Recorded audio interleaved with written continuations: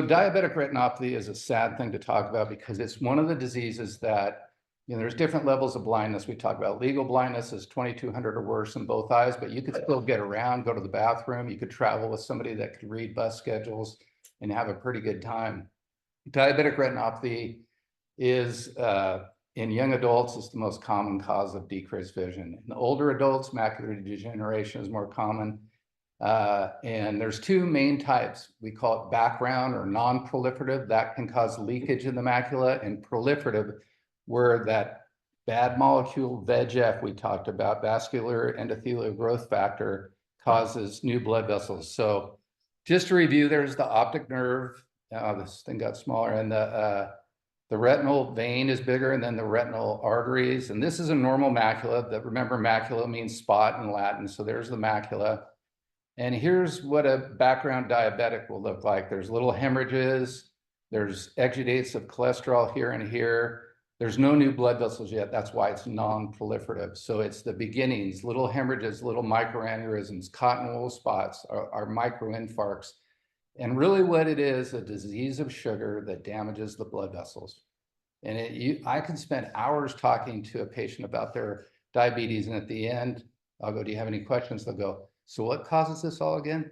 So it's high sugar damages the blood vessels. And remember, somebody asked a while back, how do you maintain health? Through healthy blood vessels. And that's why I had ice cream last night. So that's the problem with human beings. Even when you still do things that might be damaging. So this, again, is non-proliferative, is the beginning. It usually starts with background changes, we call it, or non-proliferative. And when it gets more severe, it's proliferative, and new blood vessels grow out of the retina, and they're pulled on by the gel, and they bleed. And that can fill the whole vitreous cavity with blood, and you could go from seeing normally to just barely seeing a hand move in front of your face. So this is one of the diseases, if untreated and left, even if treated, sometimes if it's gotten way out of control, that people can get biblically blind, when that's like the, you can't see to get to the bathroom blind. Glaucoma can do that too, yes. Oh, so you could be 20/20 for a long time with non-proliferative, or you could have what we have here is macular edema, and you could be legally blind without proliferation, just from a really bad macular edema. So this is all these are little microaneurysms and abnormalities in the retinal blood vessels that cause this leakage. And that's this OCT scan. Like in the old days, we'd look and decide, could we see thickening? And we did laser because we didn't have any injections. I still do some laser, like you could hit these spots away from here, but if you do laser really close to this important area we talked about, the fovea, the very center of the macula, you're burning it. That's what laser does. And burning like fine neural tissue isn't the best thing. But if you burn around it and those things are leaking into the retina, remember the retina has a bunch of layers like a sponge. So you can get leakage from the side that goes into the middle of the sponge, the fovea. And if you can treat the outside where it's leaking, it'll dry up. So sometimes the laser work good. And you get these cystic changes. These black areas are fluid, and that's what we call macular edema. Sometimes you even get it underneath the macula.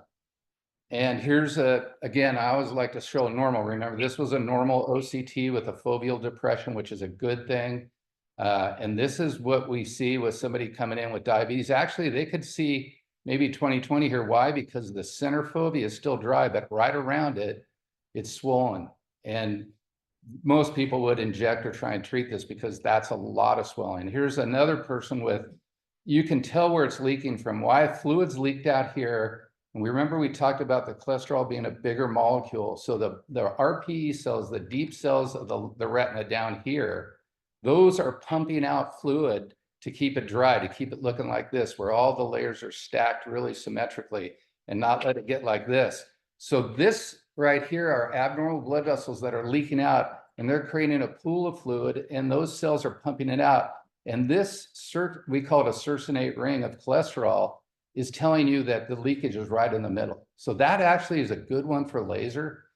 If that cholesterol gets in the center of the fovea, there's going to be permanent visual loss. So we treat it with laser still on occasion, but most people are getting shots for this very frequently, like every 6 to 10 weeks.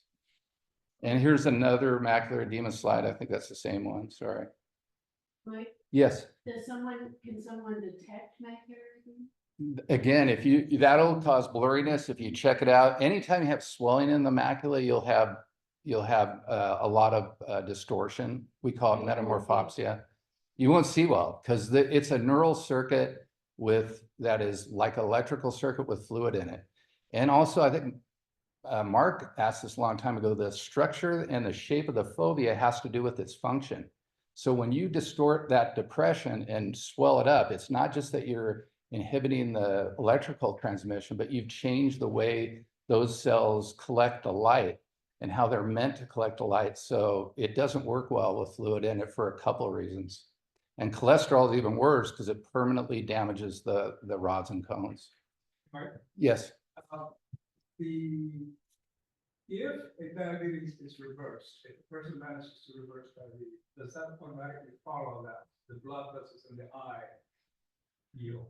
There's usually not. Like if you've been bad for one thing you learn doing this is that we don't get away with much.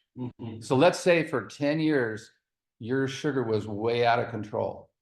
And then you started going into kidney failure. You saw your brother die because he had, type 2 and it's genetic, and he was on kidney dialysis, and you started to get religion, and you said, okay, I'm going to be really good. I'm going to stop drinking Coke.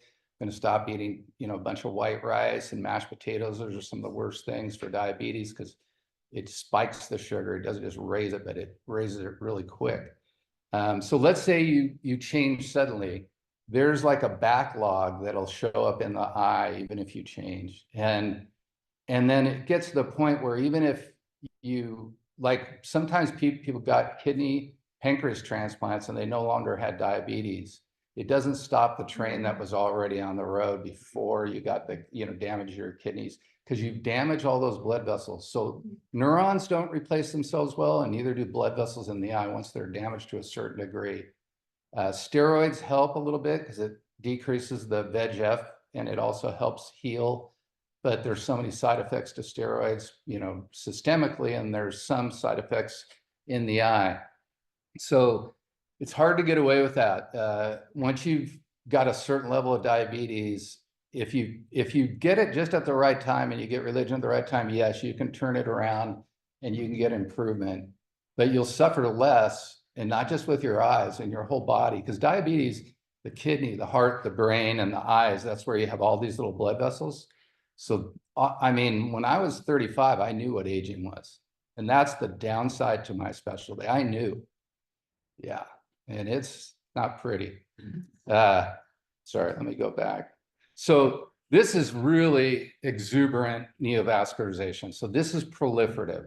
So you've got so much low blood flow from damage to the peripheral retinal blood vessels that they're releasing VEGF, and VEGF is telling the body, hey, I need more oxygen. But the problem is the circuit's already been completed after you were born. So these blood vessels grow out of old blood vessels, but they don't help the established circuit of your vasculature. And they just leak out into the gel, and then the gel pulls on them, and then they bleed. So this is a classic, we call this a boat hemorrhage. And if somebody comes in with this, and they usually, what would you notice with this is a bunch of new floaters. And see, when people call it floaters, they could have a PVD with no retinal tear. They could have neovascularization if they're diabetic, and they could have blood. They could have other things too that I won't go into. But so floaters are just, you need to be dilated. And that was the interesting thing about being an ophthalmologist. It's like you're going to find out what's happening pretty soon. Somebody comes in and they give you a set of symptoms, and you can look front to back, and if it's not something really unusual like retinitis pigmentosa where you need to send them for electric tests on their eye, you can figure out what's going on. So it's like detective work. So this patient on the right here, if they came in, you would usually, what I do with them is I give them an anesthesia shot on about 1.25 inch needle that numbs up their whole eye. That's called a retrobulbar shot. And it's dangerous because it goes near the optic nerve, and you have a really myopic eye, it's not impossible to perforate the eye, but it numbs up the eye. And if you're not numbed up for the laser we need to give you for this, you're going to feel most of the spots. And like Jenna said, for a tear, in some areas it's not bad, but to do like 1,000 spots on somebody without numbing up, it's rough. So most people numb up the eye for this, and then you can lay them back and talk to them while you're doing the laser usually. So the laser is usually a green laser now in most cases, and it's absorbed by brown pigment. And so the retinal pigment epithelial cells are the brown color we see in the retina, that orangish color. The retina above it is transparent neural tissue. And when it detaches, that's why detachment looks kind of sort of opaque but white. But the back of the eye is orangish brown from the retinal pigment epithelium. So the green light is absorbed and burnt in the deep retina. And then we see those white burns that we showed last time, and I'll show you some this time, of the retina. And you can put the thing on your head and it can come out of your head. I like to use that one. That was developed right when I was in fellowship at UCLA. And the old way to do most laser was sitting at a slit lamp, putting a lens on the eye, and a lot of different lasers still done that way, like light laser that we talked about in the macula for that sursnate ring would be done that way. And just a quick story about laser. The first guy to study to burn the retina with photocoagulation was a guy called Meyer Schwickerrath. This was a guy, this was told to me by my teacher at UCLA, so I got to tell this story. So he's a German guy, and he got this idea, and he had to wait for a sunny day, and he went up to the top of the roof, and he used magnifying, dilated the eyes, and he used the sun to burn the retina. So he was the very first guy to do that back in 1949. But that was huge. Before that, people used freezing, or they used diathermy, and it wasn't that good. But this was like a huge breakthrough, and I don't know if he got an award or not. So this is what we do. I don't do it this way. This is pretty close to the optic nerve, way too close for me. But people still sometimes do it this way, and very closer to the macula. Like I leave space here, but that's kind of the idea of panretinal photocoagulation. By burning the retina, you're killing the part that's asking for VEGF to be made and more oxygen. You're saying, like, there isn't going to be more oxygen, so let's turn this off. So now most people, if I took somebody here that had normal eyes and lasered you like that, when you took the patch off after the shot wore off, you'd go, I can't see anything on the side. It's very rare for a diabetic to say that, because that retina is already not functioning, which is kind of, but that sometimes will create really good vision because they're not going to bleed anymore at all. You'll stop all the VEGF, but you almost create a retinitis pigmentosa where you're looking through a small visual field. Here's another, this is after it's healed. These scars will form and the swelling go away and the white part will go away. And then you can see there's some recent there, but these are older ones, these pigmented ones. And then the blood vessels often shrink back, but they don't disappear. So sometimes even after laser, the blood vessels that grew out now shrink back, they become fibrous, but the gel pulls on them and they still bleed. And that's when we do the vitrectomy, and I'm going to show you some pictures of that. So this used to be a normal retina, probably like 30 years ago. And this is a picture of, this is where the macula is. The optic nerve's covered here because so many blood vessels grew out into the gel. The gel pulled, and it's called a tractional retinal attachment because it's not from a tear. It's from blood vessels grew out of the retina. The gel pulls on them. Those new blood vessels are so extensive they contract, and it lifts the whole retina. And this is the most challenging. This is what I like to do. But I mean, you're not going to be, even if you do everything perfect and you peel all that stuff off, you're not going to, it's not going to be like a retinal or a cataract surgery where the next day you got a bottle of wine, because they're going to maybe have a gas bubble in, their eye's going to be sore, they won't see for weeks, even if you did a great job. So these are other, again, examples of the same thing. You've got these big areas of traction that have grown out of the optic nerve and other areas of the retina where you have these new blood vessels and they're pulled and they're lifting the retina. Like this is the optic nerve here, and this is the macula, and this is a really wide field view. In the old days, that would take like 6 hours, and that's when I started. Something like this would take 6 hours. And when you peel these things back, they back bleed because they're blood vessels, right? So you peel them up, you're trying to get rid of them, but they grew out of the old blood vessels. So you'd have to cauterize them, and then they have leakage everywhere, and then it bleeds again. You just got to suck out the blood. So now that we have smaller instrumentation from 20 gauge to like 25 gauge, it's easier, but that's a big project right there. And this is what we do is we now we have chandelier lights.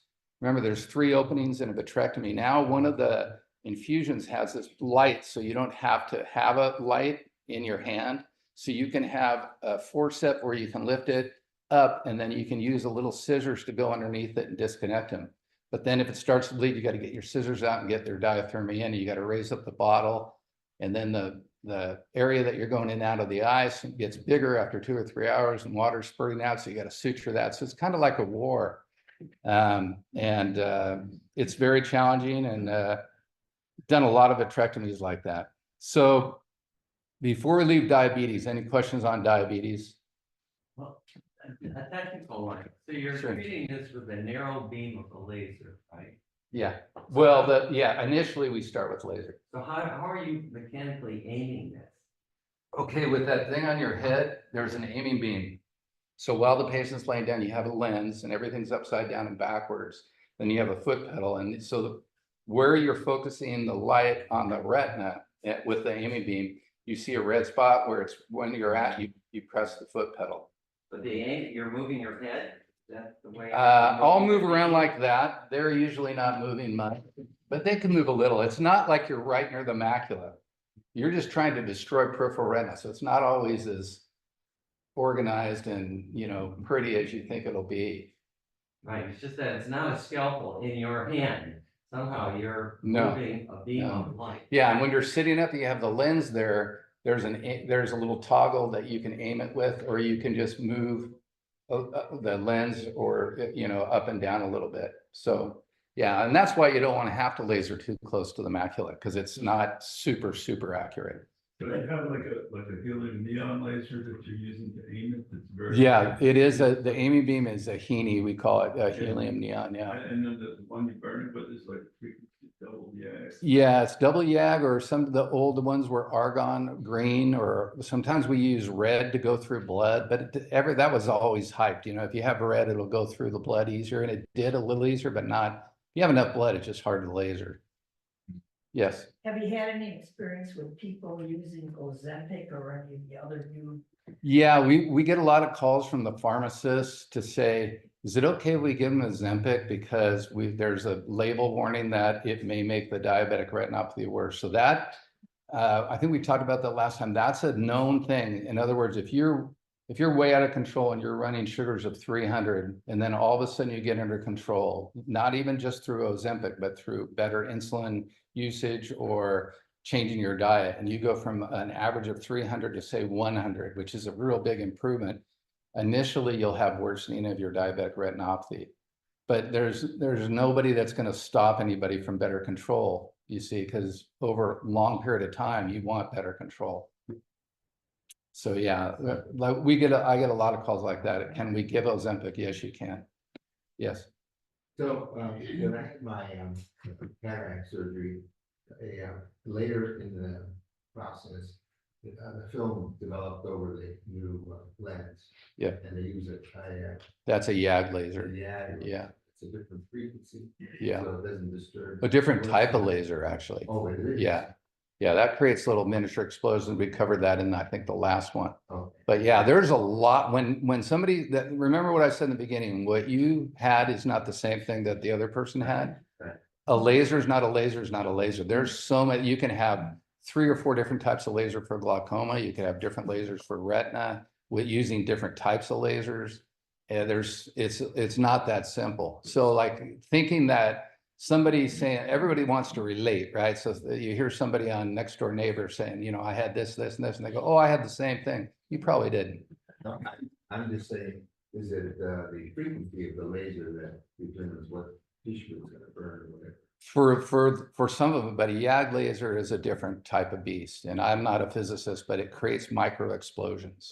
Yeah, so it's not a heat transfer through pigments. Yeah, so you don't need pigment. Like the color of your posterior capsular opacity, which is what you use a YAG for, doesn't have any pigment. So you have to have something that, like that's why when you laser somebody with a normal lens or an intraocular lens, it goes past there and it doesn't damage it because it's not absorbed by it. Whereas you want it to be absorbed by the capsule for the capsular thing.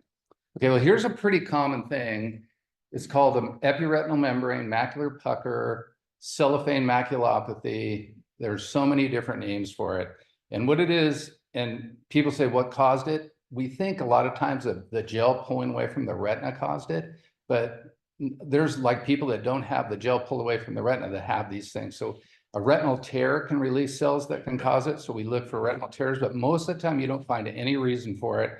And we call it a macular pucker because when it grows on the surface of, say, something smooth, it doesn't cause decreased vision because it's opaque. It causes decreased vision because it contracts. So in the cells of this, there's cells that when they fibrose, they actually pull on it, just like actin and myosin in the muscle move your muscle. There's not actin and myosin in these things, but the same idea is they're contracting. And then remember, we talked about the architecture of the retina, it distorts the retina and it irritates the small blood vessels, so you get leakage. And that's a pretty common disease. Now, it can be really mild and you can have 20/20 vision. The doctor can say, well, you have an epiretinal membrane on your macula and your 20/20, it doesn't mean anything to you. But we see it on the OCT now really easy. So here's an example of a significant macular pucker. And when it's contracting, those pleats that you see, you're seeing now in cross section right here. And the membrane's right here. So this is a common reason for a vitrectomy. Maybe a quarter of all vitrectomies I did, or maybe an eighth, something like that, would be just due to this, a macular pucker. And you go in there and you bend a really sharp myringotomy knife that people use for tympanic membranes, just so there's a little burr at the tip, and then you lift up the scar tissue from the center of the macula and peel it off. And then there's no guarantee that everything will go back to normal because this is neural tissue and it's been disturbed, but that's how you would treat that if it was bad enough you wanted to take the risk. There's some risk of retinal detachment from that. And this is the idea. You have a 3-port vitrectomy, cutting instrument, you remove the gel first because you don't want to put the knife that you're going to peel with in and out of the eye. If you do that without removing the gel, you're pulling on the gel in the periphery, and that's how you create retinal tears. So there have been people that have wrote papers on not removing the gel and doing this. It's possible, but you're going to have a higher risk of retinal tears. And this is the money shot. This is the exciting part of it, where you lift up. You have to find the edge to lift. Sometimes it's real obvious where there's like space underneath the scar tissue. Sometimes you have to tease it up, and with experience, you kind of find where to go. And each day you have one of these, you just go, I hope I can peel this today. You know, it's on the back of the eye and right near the macula, but we do a lot of those, and that's done with vitrectomy. And it does the next day. It's not like LASIK or cataract surgery. We're going to go, oh my God, you actually go down because you've disturbed the retina from where it was and it swells a little bit. So I always tell people you're going to be worse for a few days. Then you get back to where you started after 2 weeks, and then we hope you improve. But maybe only like 60–70% really improve, and maybe only 40% a lot of improvement where you feel like, okay, this is a normal eye. Yes. How do you get the vitreous humor out without pulling on the retina? This cutter cuts about 2,000 times a minute, and it's sucking and cutting. So it's a probe that's like a vacuum cleaner, but it has a cutter so that you're not pulling on it, but you're pulling it into the thing and cutting it, pulling in and cutting it. And so that's how you get rid of the gel. You put the same gel back in. The gel doesn't need to put back in. Everyone asks that. You'll replace the gel with your aqueous humor. That'll fill that up. If we put a gas bubble in, the gas bubble will dissipate and it'll be filled up with your fluid. And you don't need the gel to see better than 20/20. It's probably just there. Remember, we talked about in embryogenesis to form the lens, which has no blood vessels. The hyaloid artery crawls up in the middle of this thing during your formation, and it fills this area with blood vessels to make the lens, which is pure protein, and then it comes all the way back down. And there's diseases where it doesn't get all the way back down that are beyond the scope of this course, but they may be in those extended files that I sent you. So this is a pretty common one too, macular hole. So it's actually, again, normal macula and macular hole. And there's pseudo holes and pseudocysts and all kinds of things. So again, you might be told you have a hole in the macula, but it might be a pseudo hole with a scar tissue over it where it doesn't really have a full thickness hole, but this is a real hole. And the treatment for that is a vitrectomy, where we remove the gel with a 3-port vitrectomy again. So we use that cutter to remove all the gel. And then one of the discoveries, well, I was there, the guy that discovered this was a guy from Sacramento. And when he discovered it, he was in private practice, nobody knew his name. And when he discovered this, the way he discovered it is he had a patient with a retinal detachment that also had a macular hole, which is not uncommon. And when he made them go face down after their surgery with a gas bubble, the hole closed. And then he goes, something's going on here. And when he came to UCSF, he had a sense of humor. The first slide he showed, because remember, you got all these real uppity, scholars like thinking this is not real because it's new and they didn't discover it. And we're very competitive and egotistical. So his first slide was this massive hole and people are going, yeah, I knew it. This is like, look what he's doing to these people. And it was a traumatic hole. It had nothing to do with surgery. But it turns out that his name was Kelly, Patrick Kelly. So, and so he has a group in Sacramento still, but I think he's retired. So for this surgery, you remove the gel, and then people found that there was a cortical layer left in many of these people on the bottom. Even after you remove the gel, they did not have a posterior vitreous detachment. So you have to use this instrument to suck really hard over the optic nerve and circle around, and then you pop that cortical gel off, and that had tangential traction on the hole, and between that and the gas bubble covering the hole and you going face down for a week or 5 days, the hole closes. And nobody believed this when they first did it. And then everybody embraced him and he got a Medal of Honor because vitrectomies are good business. And we used to tell, when I started at UCSF, we would see people with macular holes and we tell them, look, you have decreased vision. They'd be 20/80 to 2200. The worst you'll ever get is the big E, but you're not going to go blind. But there was no treatment for him. Now you can get some 20/20 macular holes after surgery. Is there a particular cause? We think it's just that females are more common, middle-aged females, but we think it's just the way the gel pulls on that area. Yeah. It's known that trauma causes macular holes, and that's why I use that slide. But it's kind of, there's a lot of different theories and people have made drawings and published and stuff, but nobody knows for sure. Back to the macular, my left eye, and it looks kind of like that scan, but not as bad maybe. So my doctor said, the next one. The doctor said it's been there for years, and he said just keep an eye on it. So I look at the Ansler grid, a couple times a week. It hasn't really changed in a few years. So can it just sort of resolve, or it just stays the same, or does it kind of get worse? Usually it won't get worse. If it's been there for a while, it's usually pretty stable. Sometimes, and this is a little bit more complex, it's not, the gel hasn't pulled off yet, and it's actually the contraction of the back of the gel we call the posterior hyaloid. So the very back of the gel has contracted and done the same thing. And when the gel lifts off, it improves. So I've seen that happen multiple times, but it's not super common. More common is the gel's already pulled off and you have this pucker.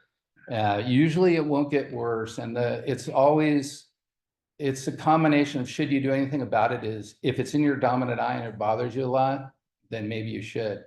If the surgeon's comfortable doing ones that, like we did a study that was published of combining cataract surgery with surgery for macular pucker. And we collaborated with a guy named Robert Francis up in Seattle who did a whole bunch of them. And we noticed that his had more 20/20s and 20/25s than we did. And then what we found was he was starting when they were 20/30.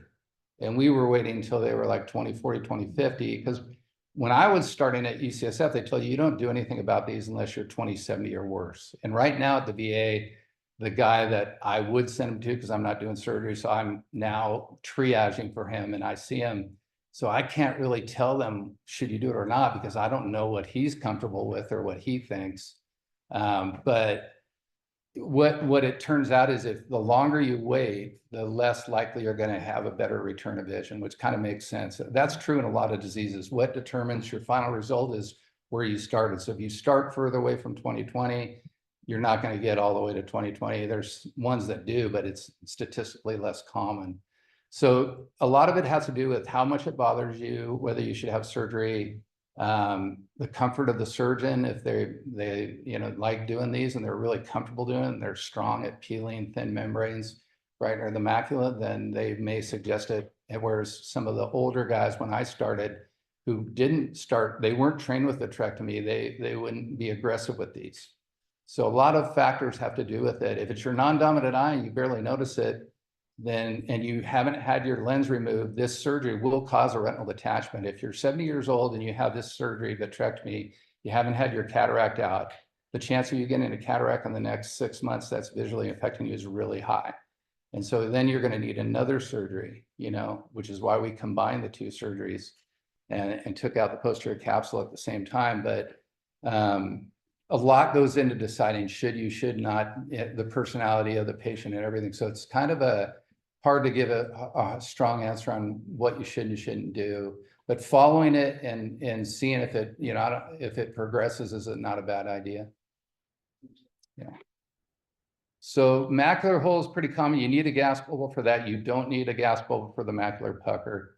So that's the thing. When people say they had a gas bubble in the eye and they've had a macular hole, they think, and somebody else who's had a retinal attachment has had a gas bubble say, well, I had the same thing. No, you definitely have not had the same thing.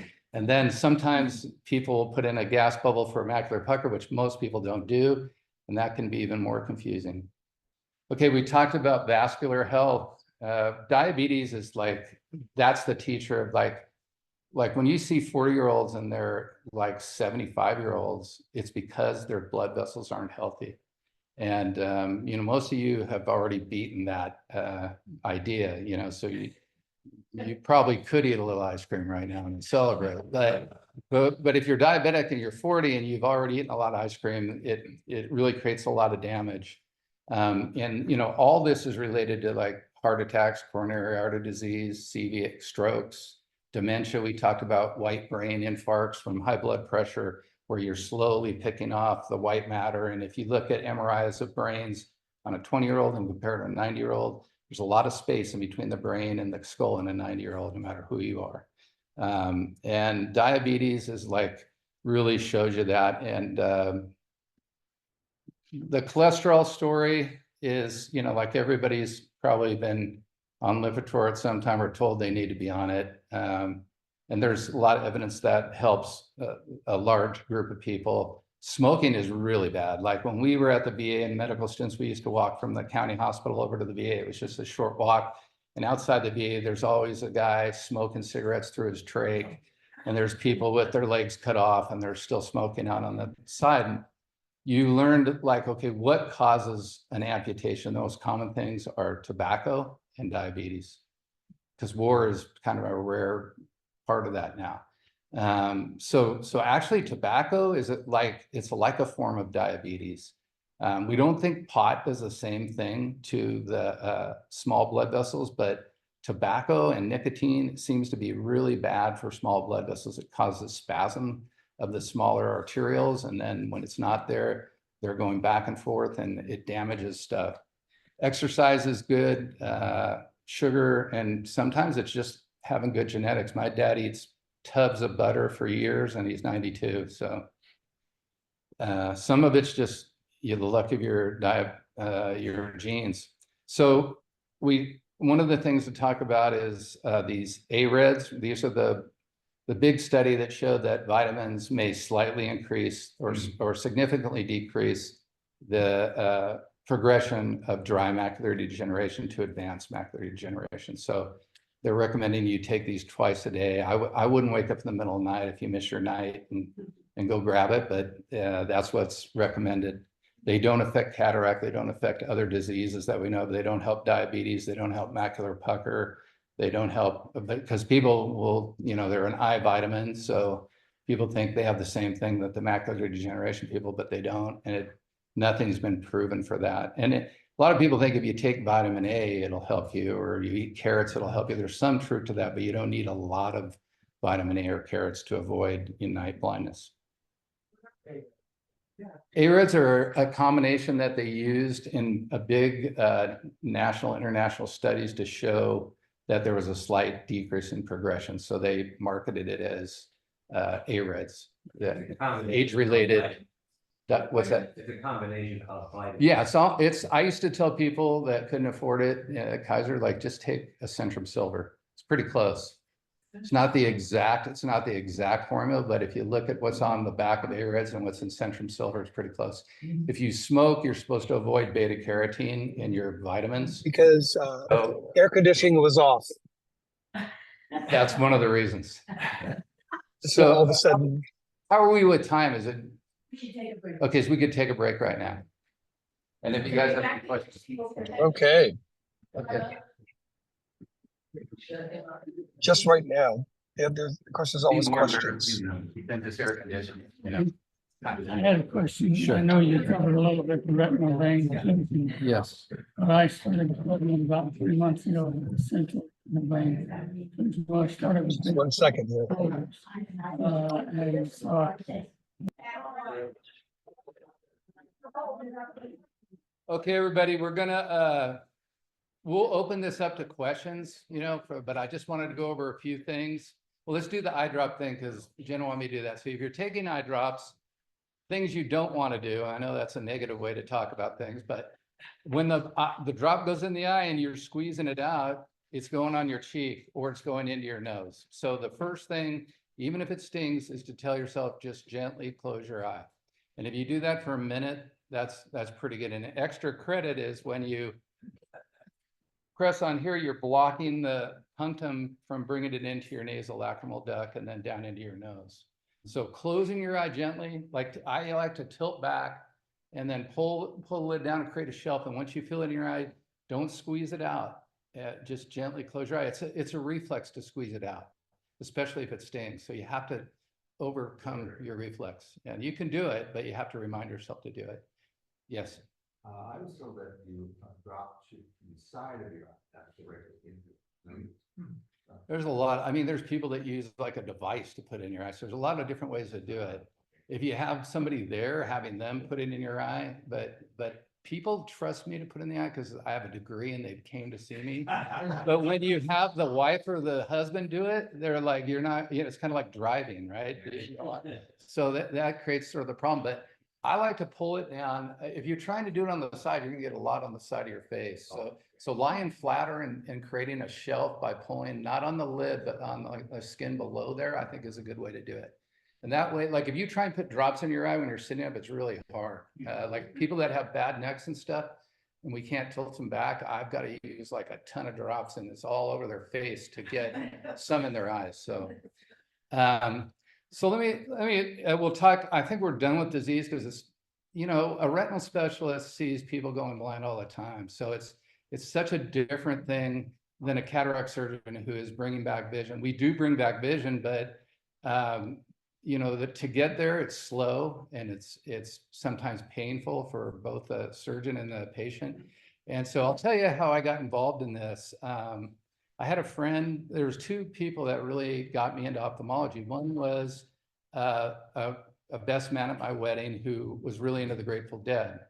And he told me about SEVA with Wavy Gravy and Ram Dass, who were on the board of directors of SEVA, which is this group that is a nonprofit. It means service and sanctuary. And they went in a microbus, probably on LSD, all the way to Lumbini. And Lumbini is the birthplace of Buddha. And they built an eye hospital there. So that really was like, this guy was like, I looked up to him. He said, you know, you should, I was in medical school. You should become an eye doctor and work for SEVA. And I was like, oh, that would be cool. But then I had 3 kids. So I didn't get to this until I was like 55. And going to Nepal when you're 55 is like, whoa, you know, yeah. And the other person that got me into this was my best friend in medical school. His uncle was a Kaiser oncologist. And he told my best friend, he goes, you know what, if I was you and I could go into anything, I would go into ophthalmology. So those are the 2 reasons I went into ophthalmology. And so I tend to try and give back to both those people because it's a great field.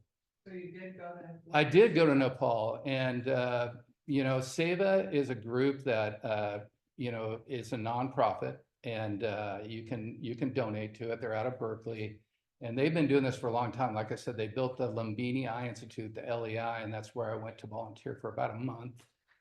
And It was pretty intense. Just in Nepal and going there and working with the surgeon there was something to see the poverty and to see people are waiting for hours and hours on hot cement inside and outside of the place. And the kind of care that they get there isn't even close to what we get here. So when I got back to Kaiser, they put us in a real small operating room, and the old Michael Lahey would have been like very Irish and got into the administrator's space, but I was thinking, man, we're lucky just to have this. But eventually they put us back in the OR. But Nepal was a real eye-opener, and I would recommend Seva, even though when you went there, there's politics involved in everything. Like at the time, Nepal had like 25 political parties. There was nobody running the whole show. It was very disorganized, and even the Lumbini's right on the edge. Everybody thinks of Nepal as the Everest and all the Himalayas, but Lumbini's like where they say, okay, we got 3 types of weather. We got hot, hotter, and hottest. So it was about 115 degrees. And so they built that hospital there and they support that there, but a lot of the people that come there that are patients are coming from India, and the workers are Nepalese hired by Seva. So there's a lot of politics involved with that. And so it was, there was a lot of stories I could tell you about that. This is a picture of when, you travel around, these are some of the aesthetics that are hanging out in Nepal. But what I decided after I got back, because if you're going there and you're doing even 50 surgeries, you're not doing that much. The best way to do it would be to get somebody and train them. So we brought one of the doctors from Nepal here, and she worked with me at Kaiser. She worked with the West Coast retina people that I'm going to give you a slide for that I highly recommend.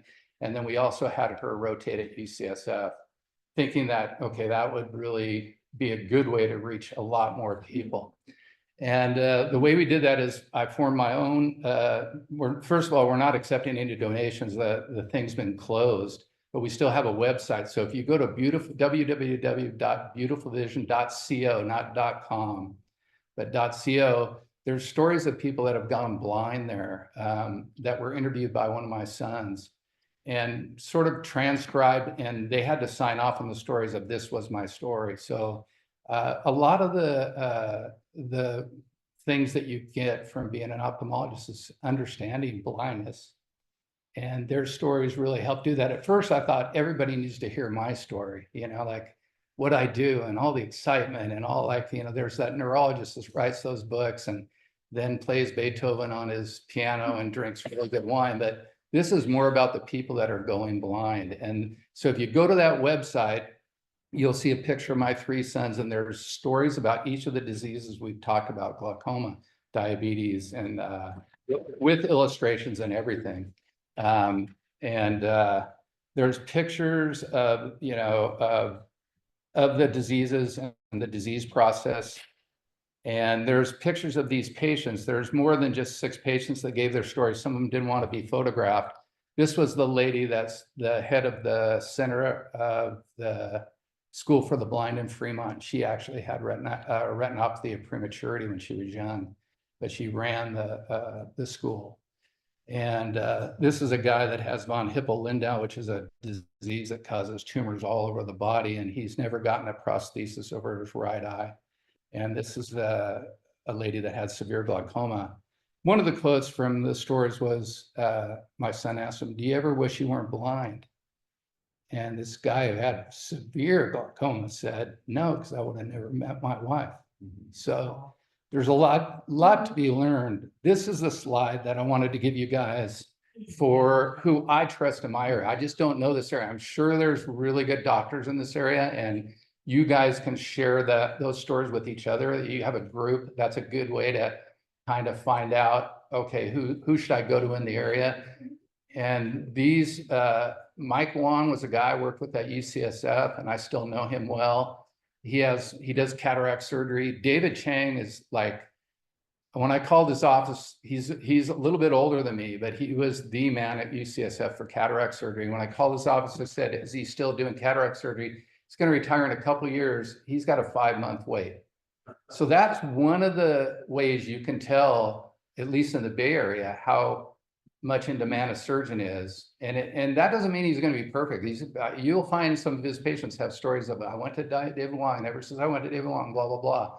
But in general, this guy is going to be as good as you can get. He teaches internationally, but he's got a 5-month waiting period. If you have an ophthalmologist that examines you and says, I can get you in next week, that tells you something too. It either means they have a ton of OR time, or they're not that busy, or not that in demand, or maybe there's other factors I don't know about. But I know him, and I know when they told me 5 months ago, well, that's pretty long, but that's because he's in demand. And for retina, the whole group in the West Coast Retina Society, would I go there for a mild pucker where I'm not thinking of surgery? If you wanted to, if you want to spend a day doing that. But if you're having trouble and you're not satisfied, these guys would be a great, second opinion. Both Michael Jumper is a little bit younger than me. Rich McDonald taught me at UCSF, so did Bob Johnson. And these guys are top of the line. You'll wait 4 hours sometimes in their waiting room. Okay, so, but they're seeing people with retinal detachments too, and that's an emergency. So they'll be triaged in front of you if you don't have a retinal detachment. Yes, Nancy. They have I want to say, like, who's that? Bob Shane in the diamond industry, San Mateo, Walnut Creek, Cupertino, and they're all over. So they have an office in San Francisco, Oakland, San Mateo, Corte Madera, and Walnut Creek. Yeah. Yes. David Chang is doing my cataracts tomorrow. Talk to him. He knows. Yeah. And how did you find out about him? He did my wife about 3 years ago. How did she find out about it? He was referred by eye doctor. Yeah, he's one of the tops in the world, really. He's older, but I don't think that matters to him. Yes. Do you have recommendations for Kaiser? For Kaiser, I would say Dawn Lamb and Hayward, DAWN, not, it's a woman, LAM. I worked with her for a lot of years. She's in Union City, actually. And there's a guy that just left for Southern California too. A lot of if it's medical, there is, the name will come to me, but it's an Indian guy that is the chief of Oakland Kaiser, but he only does medical. But that's what most people be looking for anyways. Trying to remember his name. Okay, so we could turn it to questions, but this is a common thing, like drops are a common thing. So like one of the reasons I went into retina, so I wouldn't have to talk about dry eye, but here I am. And actually we all have dry eye. So we should probably talk about this before my time is up. So more common in women than men. If you have Bell's palsy and you can't close the eye well, the eye will dry out. If the lids are pulling away from the eye, which is common, as you get older.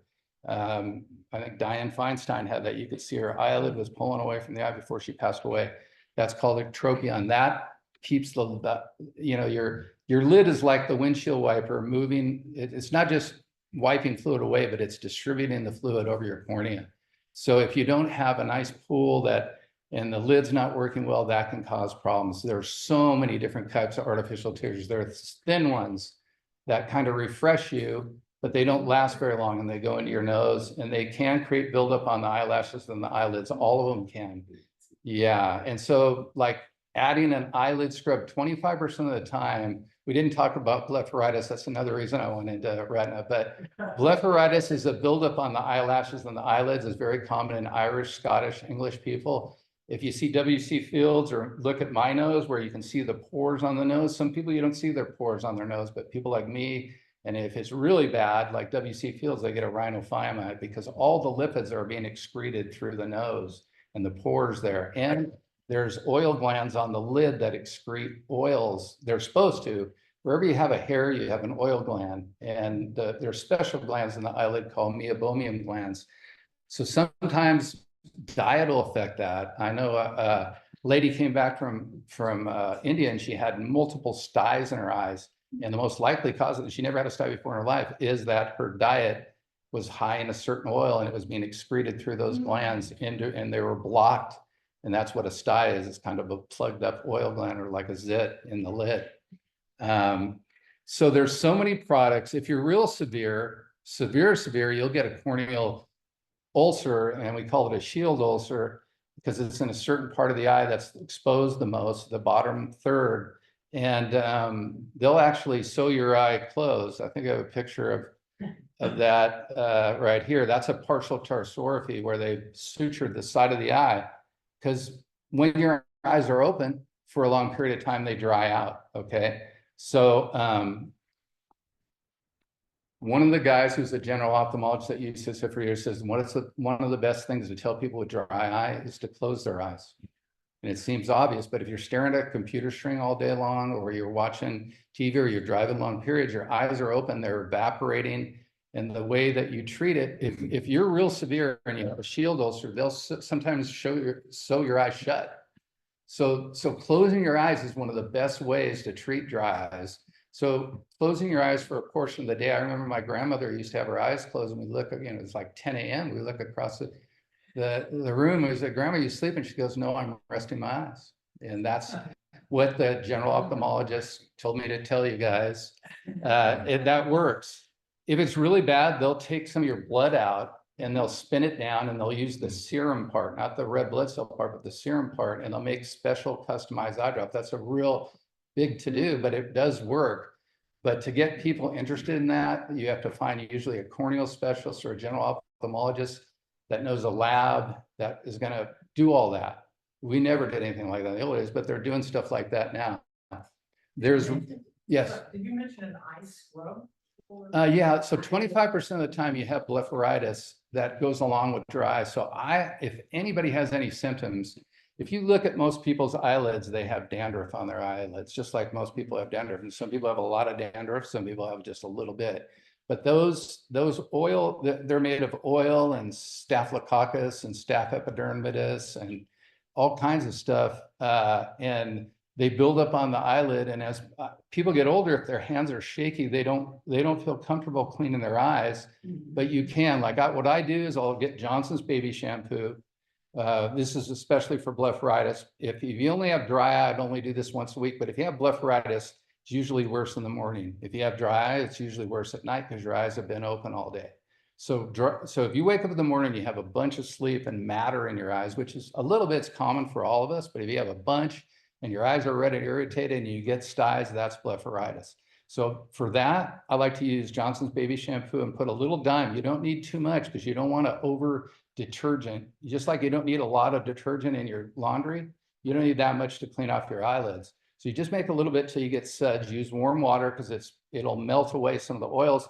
And if you squeeze hard and clean, you're just cleaning your eyelids, not the eye margin. It's all where the eyelash goes in the eyelid. So you can safely do that. Johnson's baby shampoo won't sting. You get suds up and you shampoo the eyelash right where it goes in the eyelid. And I do that like a couple times a week. I'll use that on my hair and then use the suds from my hair because my hands are clean after doing I'm assuming they're clean after doing my hair. And then I'll clean my eyelashes right at the eyelid. And then I'll rinse them off with warm water. And then rub them while you're rinsing them off. And a lot of people, you don't know it because you don't have a magnifying glass, but if you have a significant other, get a magnifying glass or take a picture with your eyes closed looking down of your eyelids. And you can, a lot of times you'll see it, or go into a Google slide thing and look at blepharitis or eyelid margin, and you'll see what we're talking about. You can see if you have that. So cleaning off your eye, if your eyes are irritated, because most dry eyes is irritation. There's ways that you measure dry eye. If you go to a corneal specialist, they'll put in these are called a Schirmer's test, where you put in these strips to measure both with anesthesia and without how much tears you make. Then what you're looking for is how wet these things get over a certain amount of time. And that measures tear production, but all our tear productions in this room are decreased from when we're young. And then here's the thing. What's the most common symptom of dry eyes? Tearing. How do you explain that? Well, the areas around the eye, those areas are filled with, we talked about the oils from the meibomian glands, and you have proteins and you have mucus that's supposed to be there with the fluid. So as you get older, those drop out, and you have a big lacrimal gland here for when you watch a movie or something, or, you know, somebody dies, and that's just clear, wet tears. So when your eye is dry, just remember VEGF. VEGF was a call for oxygen, but it didn't help. Well, this is a call for more tears, but they don't help because they don't have the mucus, they don't have the oils in the proper ratio in the liquid. So what happens is you just tear out. Or if your lid's pulled out, they'll tear out because they can't be held and they well in the bottom. So there's a lot of reasons for that. So sometimes they do a tear breakup test. That's where they put little fluorescein dye in the eye, and then they use a blue light. And what you do is you keep the eye open, you see how long it takes for the, I don't do this, but the breakup time, you can see it with the dye. And then here, remember we talked about the areas to look for in dry eye. This is typical. The bottom third is the area that is, you put in a little fluorescein dye and just use a blue light. You don't even need to do a breakup time. And you can see these little punctate areas where the cornea is not smooth and it's partially, not fully scratched, but it's partially lost some of the areas. And that's very irritating because there's a lot of nerves in there. So, pardon? Do you recover from those little marks in the cornea? Yeah. If you use tears or you keep the eye closed, like if we saw that and you came in, let's say that you got some kind of chemical in your eye, what we would do is lavage it out and then patch your eye. And then just by like closing the eye is one of the best ways to recover from a cornea. And it's like allowing the skin to heal. The skin of the cornea will heal. Blurry vision is not that common from dry eyes. You got to be really dry to get blurry vision. So, and there's so many types of tears. Using a thick gel at night is not a bad way to go. If you have sleep apnea, you have a mask and it's leaking out and hitting your eye, and that is a common cause of irritation. So you can get a better fitting mask, but they're getting better with masks, but it's not easy having sleep apnea. And then you can also put an ointment in there. That's what we do. Like if people are in a coma and we get called to the bedside for people with a coma, not because they can't see or they're complaining, but because their eyes are open. So that's what we prescribe as a gel.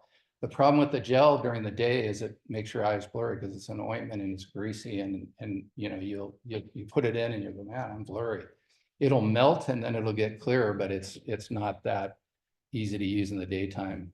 Bell's palsy is caused by a virus, and it inhibits, when it's severe, it inhibits the normal blink mechanism that spreads tears. Remember, that's an important part of the lid function and the blink function. As we get older, you know, we blink less. This is the tarsorrhaphy showing that if it's really bad, this is a partial. I've seen total tarsorrhaphies where it was so bad that everything we had didn't work. There is that drug called Revise, which was designed for Sjogren's disease, but like everything, once you're FDA approved, you can use for everything. So a lot of people, it's very expensive. A lot of people say it helps them. The serum, I think, is better in my experience. Now, this is one thing I wanted to give to you guys that are biologists, like Doug, especially. If you haven't read Gordon Wall's The Vertebrate Eye and its adaptive radiations, I would highly recommend it. It's not super hard to read. Like, here's one of the excerpts from it. Like, this is an anapleps. I don't know if I'm even saying that right, but they skim on the surface like this. So they have two separate ocular mechanisms, one for air and one below the water. And you can imagine there's so many other adaptations depending on if you're a cow or you're, like, predators have a very narrow PD, okay? They're you know, a predator has a certain look. The prey will have their eyes wider set on the side so they can see stuff coming at them. There's a million things that are super interesting in there, from birds to amphibians to fish and everything. That was one of my favorite books during residency. And I gave my first residency talk on animal eyes and didn't kill any rabbits, so they didn't like me at first. So. But, and this is something too, this quote, when you're, you know, when you're dealing with blindness, you want to believe this. You really do. That without vision, you could still see. And you could see with something beside your eyes. So that is, that's, I think, how I'll close it, because a lot of us have lost vision in this room from various things that I've talked to you guys. And you have to believe that there's a certain way we see each other that isn't judgmental from the very first time we see each other or when you leave the room, right? And it's not from your eyes. So I think she's right. And that's the ending slide. Something we didn't even get to, which I don't think it'll be covered in the vertebrate eye book, but compound eyes. Compound eyes are very interesting. Each one of those is a separate lens and receptor, and it's made for a certain type of behaviors, you know, movement and everything else. So I think that's it, and that's all. Yeah. Kind of a corollary to the, you don't need your eye to see, there's a great book called An Immense World, which is about different senses, you know, for many animals, you know, like feeling and hearing and smelling. An Immense World. An Immense World. Okay, I may have to check that out. Yeah.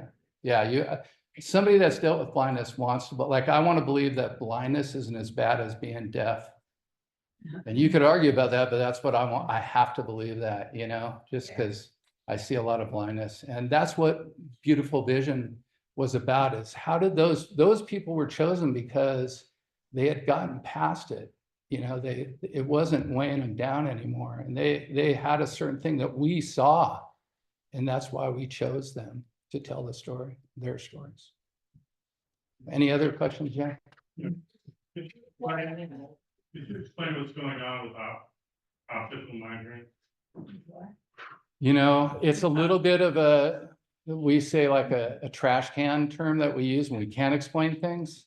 Like, okay, a typical migraine, you're going to have in both eyes, jagged kind of light that usually moves towards the center, and it lasts about 30 minutes, and then it's followed by a migraine. So that's ocular migraine with a typical migraine headache. But whenever we see flashing and we can't explain it, and I've seen this diagnosis even as unilateral, we'll say, and if we can't find a tear and we can't find anything else, and we want them to understand, okay, even if we can't explain it, we want you to move on, and we have to get to our next patient. We'll call it an ocular migraine, to be honest. And that's why we give out like teardrops to, okay, you have dry eye. Okay, I got to go to the next patient. Here's a sample, and people use it for the rest of their lives. The one thing I didn't say about dry is if the drop isn't helping you, unless you have a shield ulcer or a breakdown in your cornea where the doctor's worried about you getting infected, you got to stop using it, because if it's not making you more comfortable or decreasing tearing, you're just using product. So yes. So as we get older, night driving becomes a challenge. And I've heard that it's partially how your eye works, but it's also partly how the brain is processing it. I mean, is that correct? You just don't process your vision signals? I think so. I think like going back to the MRIs of a 20-year-old and a 90-year-old, we're in between, right? And so I became more frightened driving at night probably about 10 years ago when I was in my mid-50s. And, you know, I'm not saying I'm scared, but like, I'm like, is it okay to get in the next lane, you know? And you've got these new LED lights. I like to blame it on that and not the shrinking of my brain. You know, they're super bright, and, you know, you're not sure, you know, whereas before I either was reckless or I was sure, you know? So I think some of it is processing, and some of it is, you know, using glasses too. You know, the side vision isn't as good because you have that edge. Even without a frame edge, it's kind of a different, you know, thing. So yeah, it's a combination of things. It's multifactorial, I think. Yes. My friend wants to know about cataract surgery. His most important area of vision is the distance between his eyes and the piano music. And he's thinking, should I get lenses put in that are for that distance, and then use glasses for far? Yeah. It really depends. If he's playing piano like 8 hours a day, maybe. It really, if he's there a lot, like computer people, well, the guy, one of the chiefs of ophthalmology works with, he had a -2 or a -3. -3 is you're in focus right here. And -2 means you're 3 diopters myopic. You'd be in focus at 33 centimeters in front of your eyes. And then -2 is 50 centimeters.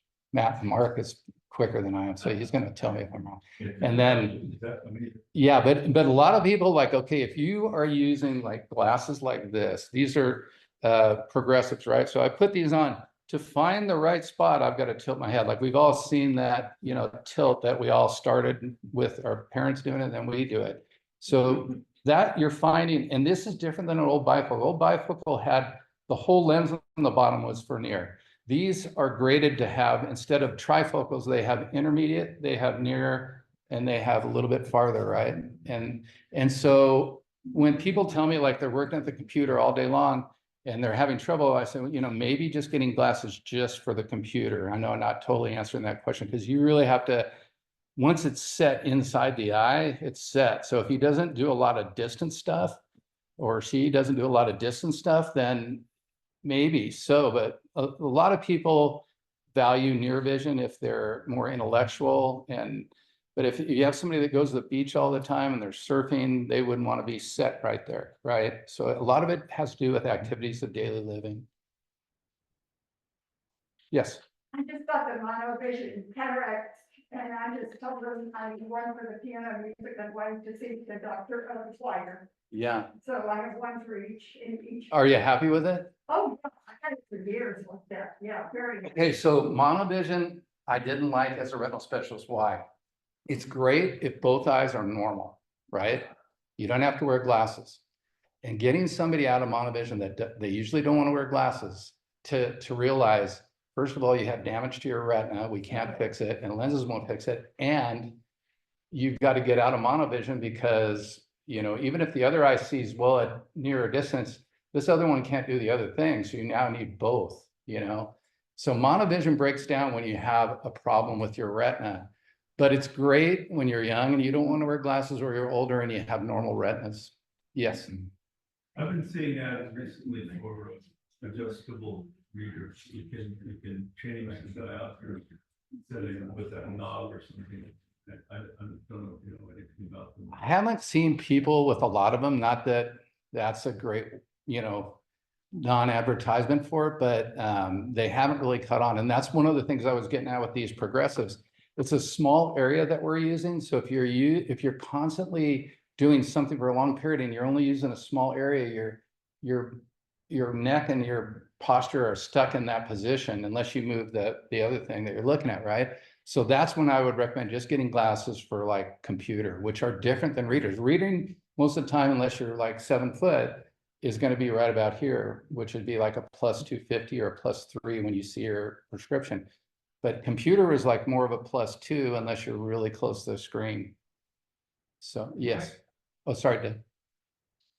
Ladies first. You can get trifocal in your ophthalmic. I think it's really comments on that, because it seems like once you lose your lens, you no longer have that progressive vision. What you have is you're going to set it at 3 different. Yeah, those are the multifocal lenses. So they're, you know, they cost more depending on your insurance. But if you have a normal retina, that's the thing. It's kind of a optical illusion for your brain. Your brain has to agree to that lens. So, you know, before your brain was zooming and finding one focal point, but now you have multiple focal points in focus. So your brain has to, like, when you guys switched to bifocals, remember when you first put them on, especially they were progressive, and you move your head around and go, dang, you know, that's like, I told people that for years. And when I got mine, I was like, wow, this is, and it went away in like 4 days, you know? So that's your brain figuring out how to use it. And if your brain can figure out the multifocal, especially if you don't have a retinal problem, the current multifocals are better than the older ones, but there's still a small subset of people that have trouble with it. And usually people that do really, really fine work, like say a surgeon or somebody that's splitting diamonds, they won't want that because it washes the other out just a little bit, not much that most people would notice, but just a little bit. So if you have epiretinal memory on your eye, then that wouldn't necessarily be good. Depends. If you're 20/20 with a stable epiretinal membrane, your surgeon may say it's fine. So, you know, there's mild macular epiretinal membranes, and there's like ones where you're 2100. You definitely wouldn't put one in if you're 2100. And I doubt they would put one in if you're 20/50, but if you're 20/25 or 20/20 and you really wanted one, they may do it. You know, yes, Doug. This is something different. I recently read an article about Paul McCartney and how good his health is. One of the things that he does is something called eye yoga. So I was wondering, what the heck is eye yoga? And I looked it up and it looked like a series of exercises for the eye. From what I saw, it's supposed to like looking down for a minute, moving extremely down, looking extremely up for a minute, and then sideways, both sides, and so it seemed more like a muscular activity rather than anything else. I mean, I think we take it seriously. Yeah. I'm just curious what you think about something. He was a great bass player and singer. But I was doing yoga and playing soccer and I still had hypertension, but it doesn't mean I don't think yoga is important. And I think we all notice that when we stop doing activities that the muscles are less, versatile than they were before. So I think there's probably something to it, and he's probably got people driving him and doing his food and all kinds of stuff. So he probably has time to go, but I bet you it does help. It probably helps blood flow, and it probably like if you measured like how quick I go from here to here 20 years ago, they call those saccades, which was one of the fastest muscle movements in your body is your eye movement. Used to be more for survival, but it's still there. If you measure that, I'll bet you ours have slowed down and they're not going as far, whereas I'll bet you his would be farther than if for somebody who isn't doing it. Now, does he need that?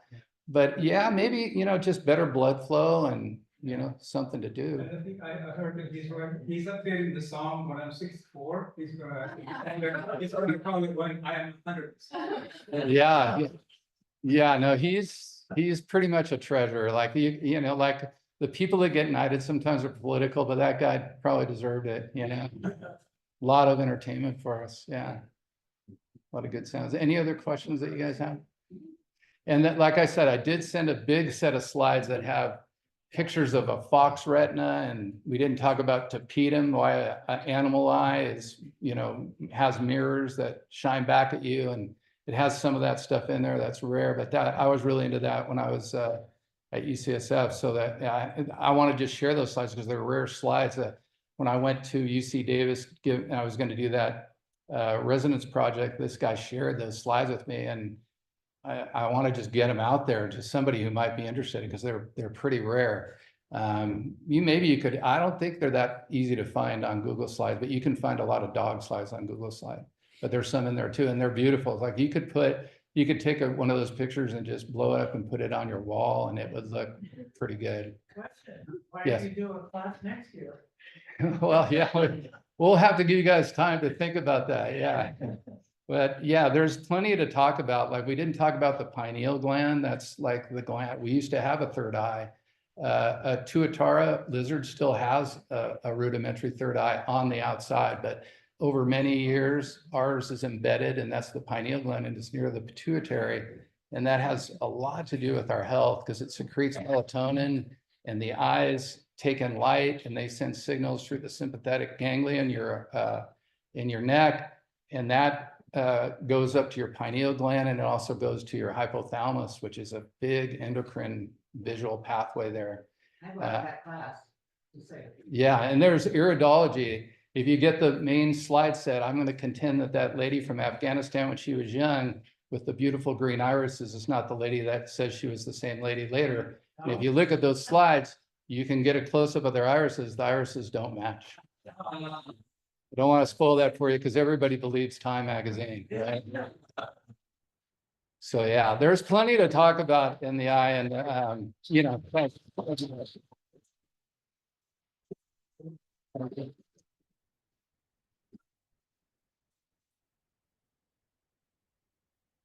Thank you. Thanks, you guys. Keep OLLI strong. You guys are